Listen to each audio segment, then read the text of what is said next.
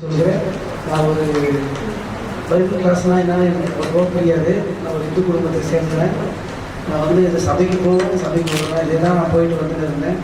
நேரத்தை நிறையா வேலைக்கு போயிட்டு வந்து நேரம் வீணாக தான் இருக்கும்.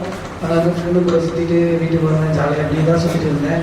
ஆனால் பிரதர் வந்து எனக்கு ஃப்ரெண்டு, என் பிரதர் வந்து சொன்னார், இந்த மாதிரி பைபிள் கிளாஸ் படிங்க பிரதர், நல்லா யூஸ்ஃபுல்லாக இருக்கும் அப்படின்னு சொல்லிட்டு சொன்னார்.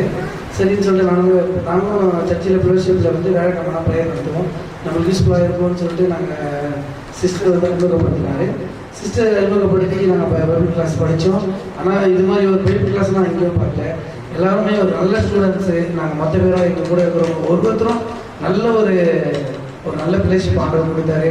சிஸ்டருக்கும் சொல்ல முடியாது, நல்லா போதிச்சாங்க. ஒரு நாளும் அவங்க உடம்பு சரியில்லாம் கூட எங்களை ஃபோன் பண்ணி எங்களுக்கு ஒரு தனித்தனியாக ஃபோன் பண்ணி எங்களை கூப்பிடுவாங்க. நல்ல ஒரு மகிழ்ச்சியான ஒரு கிளாஸ் இது.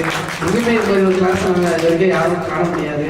நல்ல சிஸ்டர் கொடுத்தாங்க, நல்ல ஒரு கோச்சிங்கு, நல்லா படிக்கும்படியாக எங்களுக்கு நாங்கள் கேட்டோம். சிஸ்டர் நாங்கள் ஏதோ இந்த கிராஜுவேஷன் முடிச்சுட்டே இல்லை, நீங்கள் முடிச்சிட்டீங்களா சிஸ்டர், எங்களை முடிச்சிட்டீங்களான்னு கேட்டோம்.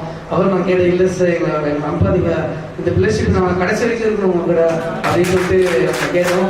எங்களுக்கு ரொம்ப சந்தோஷம். இந்த நாளில் வந்து ஆண்டவர் கொண்டு வந்து நிறுத்தினார். நல்ல ஒரு பைபிள் காலேஜ் கொடுத்தாரு. பைபிள் காலேஜ் கொடுத்த சிஸ்டருக்கும் அவங்க நல்ல சுகப்பிரனை கொடுக்கணும். இன்னும் அநேக வாஞ்சைகள் ஆண்டவர் நிறைவேற்றணும். இன்னும் அநேக எங்களை போல வளரணும். ஒரு சபையை கொடுக்கணும்.